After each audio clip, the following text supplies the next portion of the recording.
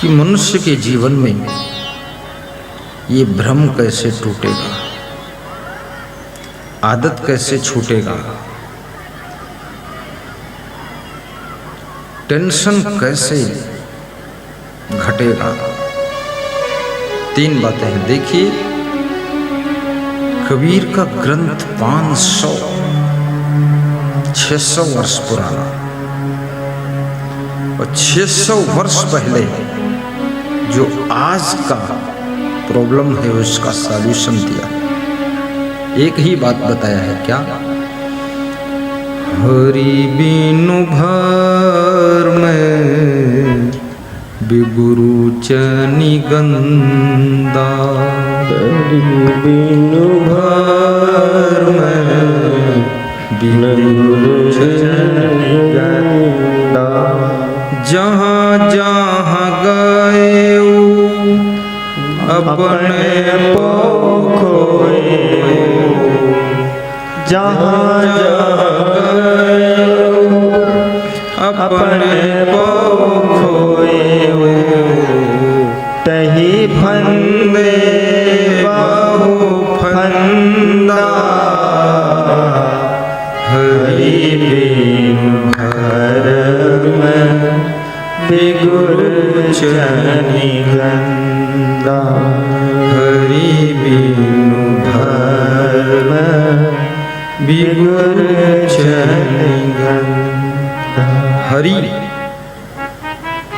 कबीर साहब कहते हैं, इन तीनों समस्याओं का समाधान हरि के बिना नहीं हो सकता है। हरि के बिना ना तो टेंशन खत्म होने वाली है, ना उलझन खत्म होने वाली है, ना आदतें छूटने वाली है, और ना तो भ्रम टूटने वाला है। हरि कौन है? हरि, हरि माने विष्णु भगवान भी होता है, हरि माने मेढक भी होता है, हरि माने सांप भी होता है, हरि माने हाथी भी होता है, हरि माने घोड़ा भी होता है, और हरि माने जल भी होता है।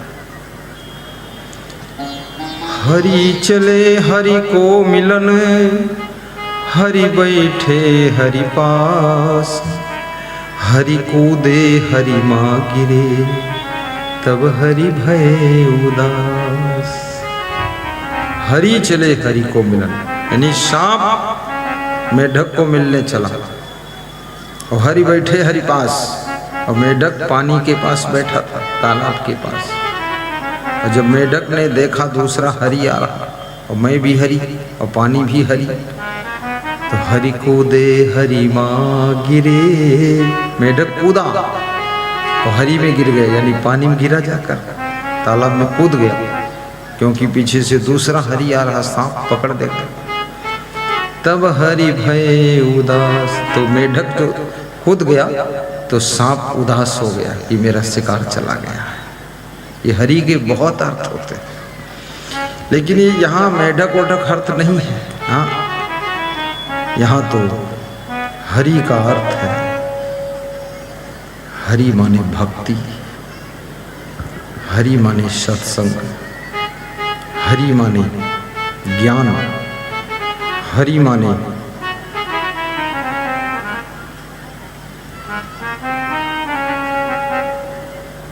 सेवा।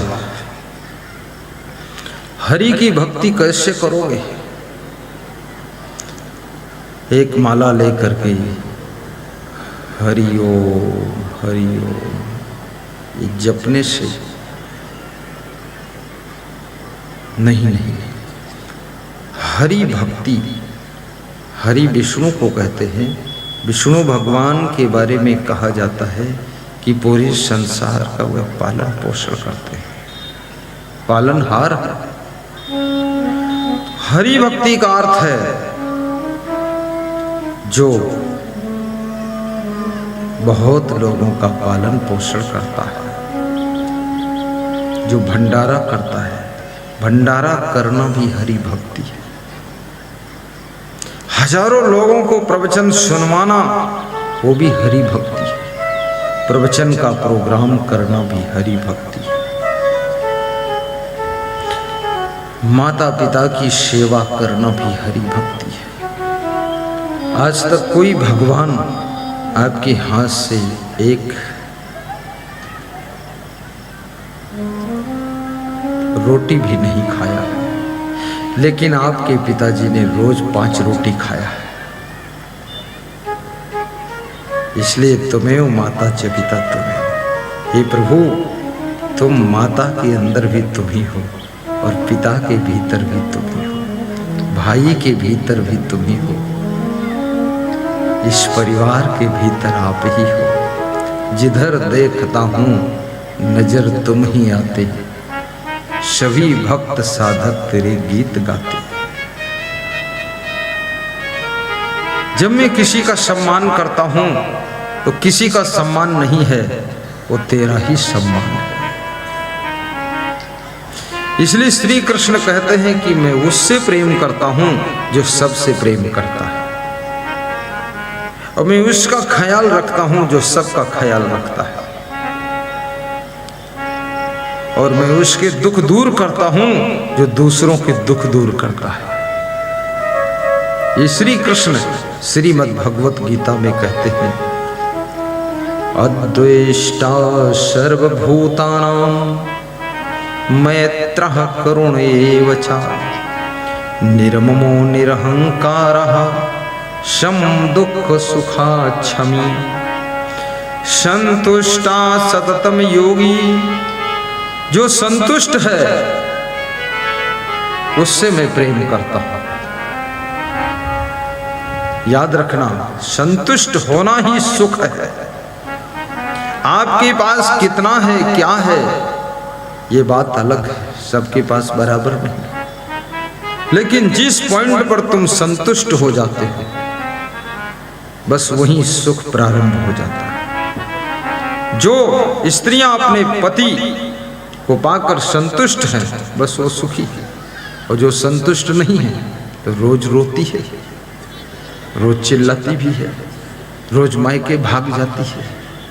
बड़ा उलझन चलती, महाभारत युद्ध प्रारंभ है।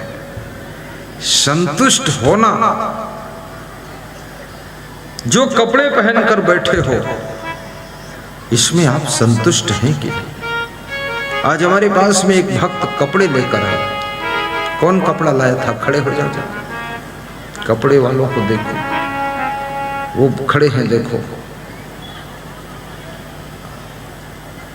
तुम्हें उस कपड़े को छुआ के वो मेरे हाथ में ही दिया, छू गया तो मेरे को अच्छा लगा, तो उसका किनारा पकड़ कर देखा, कपड़ा फर्स्ट क्वालिटी का था।